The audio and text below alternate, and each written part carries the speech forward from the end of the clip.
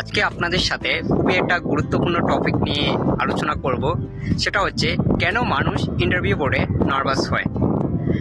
আমাকে অনেকে বলে, আমার বন্ধু বান্ধবরাও বলে যে সেই নাকি ইন্টারভিউ বোর্ডে গিয়ে নার্ভাস হয়ে যায়, এবং অনেকের মধ্যে একটা প্রশ্ন যে ইন্টারভিউ বোর্ডে গিয়ে নার্ভাস হয়ে যায়, সেটা কিভাবে ওভারকাম করা যায়। অনেকের মধ্যে একটা প্রশ্ন, কেন তারা ইন্টারভিউ বোর্ডে নার্ভাস হয়ে যায়। ইন্টারভিউ বোর্ডে নার্ভাস হওয়ার মূল কারণটা হচ্ছে ল্যাক অফ নলেজ, অর্থাৎ আপনি যে সেক্টরে ইন্টারভিউ দিতে যাচ্ছেন ওই বিষয়ে যদি আপনার পুরো পূর্ণাঙ্গ জ্ঞান না থাকে তাহলে আপনি অটোমেটিক নার্ভাস হবেন। কারণ আপনি যে বিষয়ে ইন্টারভিউ দিতে যাচ্ছেন ওই বিষয়ে যদি আপনি ভালোভাবে জানেন, আপনার মধ্যে একটা কনফিডেন্ট কাজ করবে, তা আপনি কোনোদিন নার্ভাস হবেন না। যদি আপনার মধ্যে নলেজের কমতি থাকে, অর্থাৎ আপনার মধ্যে এই বিষয়ে জ্ঞানের কমতি থাকে, তাহলে তখনই আপনি এটা নার্ভাস হয়ে যাবেন। কারণ তখন আপনার মধ্যে একটা ফিলিং কাজ করবে যে কি না কি নিয়ে প্রশ্ন করে, তখন আপনি এমনিতে নার্ভাস হয়ে যাবেন।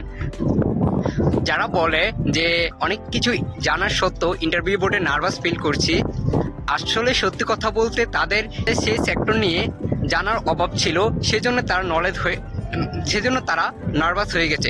যখন তারা ইন্টারভিউ বোর্ডে প্রবেশ করে তখন তাদের মধ্যে একটা ফিলিংস কাজ করে, একটা ভয় কাজ করে যে কি না কি প্রশ্ন করে, সেজন্য তারা আরও নার্ভাস ফিল হয়ে যায়, তো যা জানে তাও বলে যায়। সেজন্য বলি যে ইন্টারভিউ বোর্ডে যাওয়ার আগে আপনি যেই সেক্টরে ইন্টারভিউ দিতে যাচ্ছেন ওই সেক্টর সম্পর্কে ভালোভাবে শিখে জেনে জ্ঞান অর্জন করে তারপর যাবেন। দেখবেন আপনার মধ্যে এক্সট্রা একটা কনফিডেন্ট কাজ করবে, কারণ তখন আপনি জানেন যে আমাকে যে কোনো ধরনের প্রশ্ন করলে আমি সুন্দরভাবে গুছিয়ে উত্তর দিতে পারবো। তখন আপনার মধ্যে একটা কনফিডেন্ট কাজ করবে, এবং যে কোনো ধরনের প্রশ্ন করলে আপনি ইন্টারভিউ বোর্ডে খুব ভালোভাবে ডেলিভারি দিতে পারবেন। তো সেজন্য বলি যে বেশি বেশি পড়েন, বেশি বেশি জানেন, বেশি বেশি জ্ঞান অর্জন করার চেষ্টা করেন। দেখবেন আপনি ইন্টারভিউ বোর্ডে নার্ভাস ফিল করবেন না, আপনি এক্সট্রা কনফিডেন্ট পাবেন। আমি সাগর পাড় থেকে এই ভিডিওটা করছি, বাতাসের অনেক বেগ, বুঝতে পারছি না আপনারা আমার কথাগুলো ক্লিয়ার বুঝবেন কিনা। আমি আশা করি আপনারা হয়তো বুঝতে পারবেন। সো আজকে এই মেসেজটা আপনাদেরকে দেওয়ার, আমার জন্য দোয়া করবেন। আজকে ভিডিওটা এখানে শেষ করছি। আল্লাহ হাফেজ। তো এই হলো